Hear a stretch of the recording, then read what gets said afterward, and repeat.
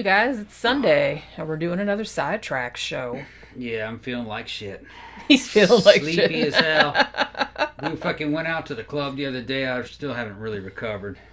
Yeah, this is the first time we've actually been out. We went out Friday night. It's our friend Tom, not you, Big Tom we call him. Yeah, Big Tom. Because he's like a big, really tall dude. Yeah. He opened a club last fall, I think, in downtown Sanford called Manikins. It's horror themed. Yeah. And we could show it to him, because I have the he was on the news. I can send you the okay. So you could put it in there. Him happy to have his business back up and running.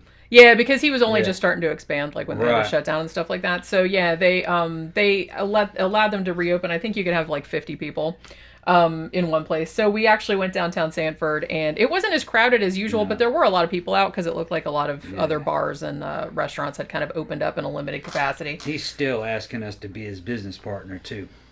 Oh, he's still asking about that? Yeah, you don't remember? No, I can't hear in there. It's like it's so loud in there. No, his wife came and said some stuff to me. I can say it online, but it was good. He's so happy that you're here, and he needs you guys, to fucking help him out. But we already do some work with him for. Yeah, like I made the posters and stuff like that. Yeah, like when he opened and whatnot. Yeah, we got connections with bands and shit like that. We gave him some decor tips before he opened. Which he took, and actually we hadn't been for a while, and it looked like a lot better. In there, and I was just like, I told Miriam, I was like, man, he followed all my fucking advice. It really does. It really does look nice in there. Like, it looked good. It looked fucking cool. And they got a good crowd, like I said. Yeah. It's like, even though you can only have 50 people, but it's like, they had some good shit. They had played good fucking music. Did all dark wave and goth all night. It was nice. I wasn't sure if that area was going to kind of like, accept that fucking bar. But they did. It's fucking very popular. Yeah, because downtown Sanford is a lot. I mean, downtown Orlando is different. That's kind of like really diverse, and there's a lot more stuff going on down there. But downtown Sanford is very yuppie and bro. Yeah. You know what I mean? But they've been behaving themselves. They don't come in there. Tom's a fucking big old black dude. He's not going to take any fucking shit from them dudes coming in there. They don't fuck around in there. He's like the nicest dude ever. But nice, but you don't know. Yeah. If you don't know him. Because he does look very intimidating. And he can fight, and he's got big sons. Yeah. Yeah. He's got big sons. Yeah, because him and his wife run it, and he's got like a couple grown sons. So, the place is well guarded, And they don't act up in there, which, they go downtown, they act up at fucking Ibar. Oh, yeah. On the goth nights. Big time. Yeah, they do. They're like, they get thrown out a lot. Or they used to. It had been a while. Been a while since I've seen them in there. Yeah, they'll come up and like, just fucking with people and fucking shit. with people, making fun of people. Yeah. Which it seems like, I can't believe people are still doing that shit nowadays, but it's like, whatever, I guess. Some people never grow up. Ain't that the truth? Yeah. But so it was nice to get out and see some people we hadn't seen for months and months and drink a great deal and have a good time, dance to some good shit. So let's see. So we recorded the next episode 199. We recorded on Friday night. So I didn't get a chance to shout out some people that had done that had joined Patreon or sent me stuff subsequently. So I wanted to shout them out on here. And I'll probably shout them on the next episode too, which probably will be a live stream. So look out. Sometime this week we'll probably do a test live stream. Maybe, I don't know, Tuesday evening or Wednesday evening or something like that. We'll figure out. Just so I can see if it is going to work out. Yeah, well, there's a thing where you can announce that it's coming on live and shit like that. Maybe we'll do a little short one. Yeah, just because I definitely want a dry run before. Right. Because for episode 200, we probably will do a live stream. And I think, like I said, aren't we going to do Illuminati and all that kind of stuff? Illuminati and reptilians and all that. So all those stupid conspiracy theory type things. That kind of sounded like fun because that's something that I've had on the list for a really long time and that a bunch of people have requested. Yeah. And if it's a live stream, we'll probably go wildly off topic anyway, so it probably won't even matter. But so I definitely wanted to give a big thank you to our newest patron, whose name is Austin. So thank you very much and welcome. Also, Dominic, who sends us quite a bit of movies, he just sent me this movie. I think we got it on Friday. Right here, Texas Chainsaw Massacre Steelbook Edition. That's the nice one. I am very excited about this. I didn't even have this. I don't even think I have this on DVD or anything like that. So this has got all the cool shit with all the commentaries and all this all kind of extras. stuff. Yeah, I'm like super excited about this because I love this fucking movie. Yeah. But yeah, so I definitely wanted to say thanks about that. What else was I gonna say? Yeah, so like I said, I'm gonna put up another matinee tomorrow, which we've already recorded. I don't know, we really need to like watch some more new movies, I guess. Although I got all sucked into Hell's Kitchen season 18. Yeah. Which I didn't even know, because like we had been watching it like years and years ago, and so the DVR is still programmed to like record anything with Gordon Ramsay on it. Yeah. But we never watched the TV, or we never like look at the recording, so I kind of forgot about it. So we were like on there last night. I was like, holy crap! There's a whole 15 episodes of like Hell's Kitchen on there that I haven't seen. So I started binging it last night, and I forgot how much I missed old Gordon screaming at everybody's face. He's got a new one coming out. I want to see. What was it called again? Uncharted, I think. Yeah, I think that starts today, or I don't know. I don't remember when it starts. But we have that like hooked up. So, you know what I mean? I fucking love Gordon. Yeah. And this season of Hell's Kitchen was like it was the one where at first it was like the rookies versus the veterans. Like they had like some runners up and shit like that from the past shows that were lost. They came back and were doing like a bunch of new ones. And it seems fun so far. But I still wish that they would, because we were thinking about Kitchen Nightmares, because I always really like Kitchen Nightmares, but we like the British version better than the American version. Yeah. Because the American version's a little over the top, which it's Hell's Kitchen is too, but it's like, it's just kind of funny. The edit on the American one's fucking, it's fucking American. Very generic American, which is fucking fast-paced, fake shit, you know what I mean? Yeah, and it's like they always and you know one cliffhangers. If that's one thing that like drives me crazy. Yeah. It's like, and they should know. I mean, nowadays everybody knows those tricks. Well, and nowadays too, this now everybody DVR stuff and binges stuff. It's like you don't need to like spend the first 2 minutes after you come back from a commercial recapping stuff, because people are not watching the commercials. Right. So it's like you don't need to recap something that happened like 20 seconds ago. Like I can remember shit that far. The British ones were better. They weren't formulaic. Each fucking episode had its own tone, depending on what the they were a lot longer too. Because they have less ads in the UK. That's why. And you see Gordon, he'd just shoot the shit. You know what I mean? Sometimes, and you know, it was just more of a natural feeling. He wasn't always like a rage monster. Yeah. Because what I've heard is that, I mean, people that have worked with him and stuff like that, they're like, a lot of that, they're like, yeah, he can get like pretty shirty, like if you get on his bad side or whatever. But they're like, most of that is like a persona. Yeah. You know, because it gets ratings, because everybody loves seeing Gordon like yelling at people, and saying how everything is shambolic and calling everyone doolally and all that. Look, what he's doing is actually very military. Yeah, that's the way a lot of military leadership is. And the kitchens he came out of, were kind of like elite kitchens, and it was a bunch of fucking egotistical dudes on their A game, and it was constant. It was been described as he came from a kitchen that was like made up of like the SAS of fucking cooks. So they just demanded excellence, and they drove the shit out of each other, you know. And you come out hardened like that, you know, and demanding excellence, which that works.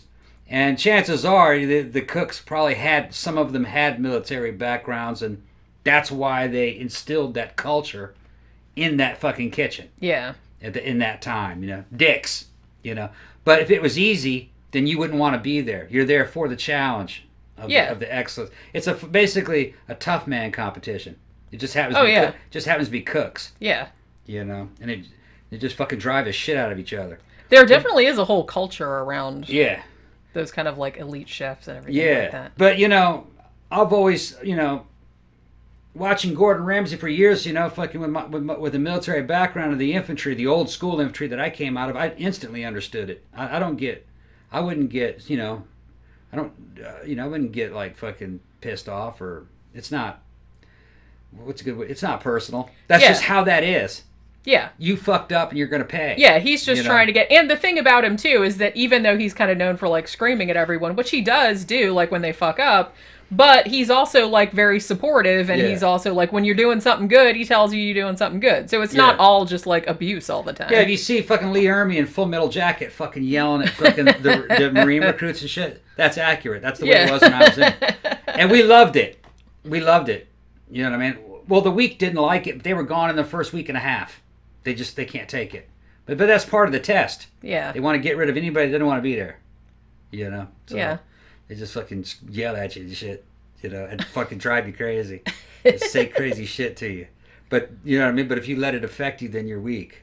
That's part of the tough man competition. Yeah. Is to be stoic. You know? And to deal with punishment. The concept of some kids don't come out of a family where punishment was a concept. So, you know, they're not used to having negative fucking results for poor performance. Well, not in a good military or not in a good kitchen. You fuck up, you're going to be punished. Yeah. You know? That's how humans learn, you know? Well, the thing about it is... Behavior modification doesn't work fucking in the kitchen or in the military. Well, because it's a similar kind of like... Yeah. I mean, you have to have people working as a team. Everything has to be coordinated. Everything you know, there's a lot of like strict safety protocols and all that other kind of stuff. It's a dangerous environment. And it's fucking a bunch of guys working together as a team. If one guy fails, then the entire fucking team fails.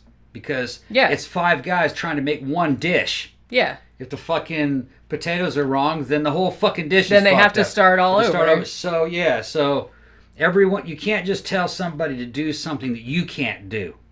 You know what I'm talking about? You're telling people or asking people to do what you can do to a high standards. Like, for instance, anything a drill sergeant or anything a fucking NCO tells you to do, he has done or can do. Yeah. So you never ask a subordinate to do something that you're not willing to do or unable to do. It just doesn't work that way. Because when you have a culture like that, the machine starts breaking down. It just does. Although it doesn't apply to the fucking general staff officer. You know, we're talking about at a combat level inside of a fucking company. Those guys all have to meet a certain physical requirement and mental requirement. I was the one woman that I laughed about the most. She was one of the veterans. I can't remember what season she was on initially. Her name was Jen, and she was actually I'm not entirely sure like why they brought her back. She was one of the weaker cooks, I think, on the earlier. I think she works for she's like a private chef or whatever. And so a lot of times she kind of didn't know what she was doing, but I'm kind of glad they had her on the show for a little while. She's been kicked off now, but because she just, like, the shit she would say was just so fucking funny, man. Yeah. Like, what was she saying about, what was the shit about? Something about like booty and booty ass. Something I forgot. What booty it was. Picking nubs or something like that. Yeah. Touching my stuff with your booty picking nubs or something. It was something that was all like kinds that. Of shit. And stuff like, you kiss my whole entire ass. You know what I mean? And then she just got in this big fight with like Gordon Ramsay because she said that he had sabotaged her because I guess she was doing the garnishes and like she brought some stuff over in a pan and she accused him of like taking that pan and like hiding it or like sticking it there and then like yelling at her for not. Yeah. So she got in like this big fucking comp. So he just like was just like, fuck off. Yeah. As he usually does. Yeah. Do me a favor. Fuck off. Fuck off. I love it. Fucking Gordon. Yeah, so I gotta watch the rest of that. Like I said, maybe tonight we'll watch a new movie and then I'll watch some more of that. Because the next one, I laughed because, they do the cliffhanger at the end, like, on the next episode, blah, blah, blah. And so on the next episode, they're doing a very special episode. I'm like, oh my God, is someone gonna get AIDS or die or something like that? It's like back in the 80s with those fucking sitcoms, they'd always have that very special episode where somebody died or somebody was like had a drug overdose or some shit like that. Or there was like child molestation or something. Damn. There was. It's like some of them were like that. Wasn't there one? And like every single fucking sitcom, no matter how silly, there's like Punky Brewster had one. It's like Family Ties, all that. They always had some kind of like somebody was an alcoholic or some shit like that. Remember fucking Three's Company? Yeah. That's what I think they had one special one where Jack was going to come out as being straight. Like that was going to be a special. Yeah, wasn't that a thing? They all thought he was gay, but he was going to come out as being straight. Well, he had to tell them that he was gay because back in the 70s, I guess you weren't allowed to live with two women. Yeah, you weren't able to room with them. Yeah. Or like the landlord wouldn't allow it. Yeah, it wasn't like illegal, but the landlord was like was a stick in the mud and wouldn't allow it. So he had to pretend that he was gay. So he could live with. In case you're a kid, you don't remember that fucking show. That shit is totally relevant now. I know. He had to pretend he was gay so he could live with these two girls. We grew up listening to fucking laugh tracks on those fucking things. Remember those, they would try to make anything funny by putting a fucking laugh track on it. Yeah. You go back in time and watch that shit. That shit's just fucking totally unacceptable for fucking viewers. You know, you watch it. God damn, this shit's terrible. It's painful. None of that shit fucking aged. No, it really didn't. Well. It really didn't. I mean, it was just garbage. Yeah. Garbage writing and just garbage. A lot of it was. I mean, you know, there's still like kind of a few good sitcoms, I guess, from the 70s, but most of them really did not age very well. Sanford and Son were pretty good. Yeah. Sanford my grandparents loved that shit. Fucking. Do you know that's based on a British show, Steptoe and Son? Yeah. Because I've seen that one too. All in the Family. Yeah. That was one with Archie Bunker in it. Yeah. Right? Yeah, All in the Family. That was a good one. My grandpa was just like Archie Bunker. I think that's why he liked that. I'm like, well, the show's kind of making fun of him, but okay. Yeah. He won those sometimes. It depended on the argument. Yeah. Depending on what it was. But yeah, so it was between Archie and Meathead. Yeah. I'm gonna start calling you Meathead. Meathead. I don't even remember what his character's real name was because he just kept. Was it Walton? No. No, man. What the hell was that dude? All I can remember is Meathead. I can't remember what his actual name was. That was back when Sally Struthers was cute. Yeah. She ended up getting huge. Yeah, that's right. She got really fat, but when she was young, she was super cute. Yeah. Yeah. Wow, I forgot all about her. Yeah, Sally Struthers. What was that? One of those? Didn't she do those fucking infomercials later on? Yeah. Yeah. You know? Yeah. I can't remember what they were for, though. Shit. I'm losing my memory. It doesn't matter. This is what it's like. It was some kind of insurance or some shit like that, wasn't it? No. Fuck, man. No. I remember what it was for starving children, wasn't it? Yeah. Starving children. Yeah, because I remember a lot of comedians were like making fun of her because they're like she's eating all the damn food. She's eating all the food they're sending to starving children. Yeah, starving children in Africa, and she's just getting fatter. That's terrible. That's what it was. Remember that shit? I don't remember what comedian made that joke, but I do remember that was. It was obvious to me back then. Well, that was like I think more than one comedian might have made that joke. Everybody noticed it. I remember this kid where just she's getting fatter and fatter. Yeah, like the more kids she are getting sucked. skinnier and skinnier. I know. It's like maybe they should have thought of sent her down. Well, they should have thought of the optics of that before they hired. Sent her ass out to some cannibal tribe to feed her for a fucking week. Oh man. No, didn't she also do some kind of weird correspondence school or something? Because she had that line. She's like, "Do you want to make more money?" Yeah. Sure, we all do. Well, what happened was, those classes. Let's be honest, man. This is that was old school Hollywood out in California, and she was a C-lister to begin with, okay. And when she gained weight, she was recognizable, but she didn't want to put her on movies or fucking sitcoms. So what do? You have to be. You do commercials. That's like D-list. Yeah, you got to make money somehow. So she just made a bunch of fucking commercials, fucking Sally Struthers. She was cute though when she was young. Yeah, it's crazy how much. Well, it's kind of like who the hell else am I thinking of? Kirstie Alley, who she was so thin on Cheers, and then she really ballooned out later on. Yeah. Which shit, that's horrifying. Yeah. That someone I mean, they must have really not been eating when they were young, and then they just after they hit 30 or 40, they were just like, fuck it. I'm having that dozen donuts. Goddamn You see them in the movies, and you don't really know who they are, so you just kind of imagine the way those people really are. Like, who would have known that fucking Princess Leia was fucking shooting up heroin, snorting lots of fucking coke and shit? Yeah, right. You never really think about it. No, but she was fucking totally into drugs. Yeah. And it's hard to believe that fucking Carrie Fisher was just fucking laid up with a needle in her arm most of the time. Or drunk the rest of the time. Off her ass, yeah. And I think she also had. I think she was slightly schizophrenic, wasn't she? Yeah, she had various mental issues. Yeah, she was actually pretty open. She was. Something? Yeah, I think she had bipolar disorder. She was very open. She wrote several books about it later on, and so she was actually pretty open about it. Yeah, but just seeing her in the movies, you would never cross your mind that she had a drug problem. Yeah. Yeah. It's really weird because In a way, it's almost kind of like a testament to some of how good their acting is, because it's like they can, later on you find out, oh, they showed up on set and they were totally fucked up, or they're totally, but you didn't notice. Like in the movie, I'm like, well, there's a good actor right there. Because, man, I've gone to work hungover before, and I'm sure everybody noticed. You know what I'm saying? So, more power to him. All right, so is that all you wanted to talk about? You going to go take a nap? I got to take an old man nap. He's going to take his old man. It's okay. It's Sunday. Take my old man nap. You can take a nap if you want to. We just ate some chicken korma, too, that he made that was actually really delicious. So that's probably... You just lay down and let that digest, man. All right, so we'll talk to you guys again.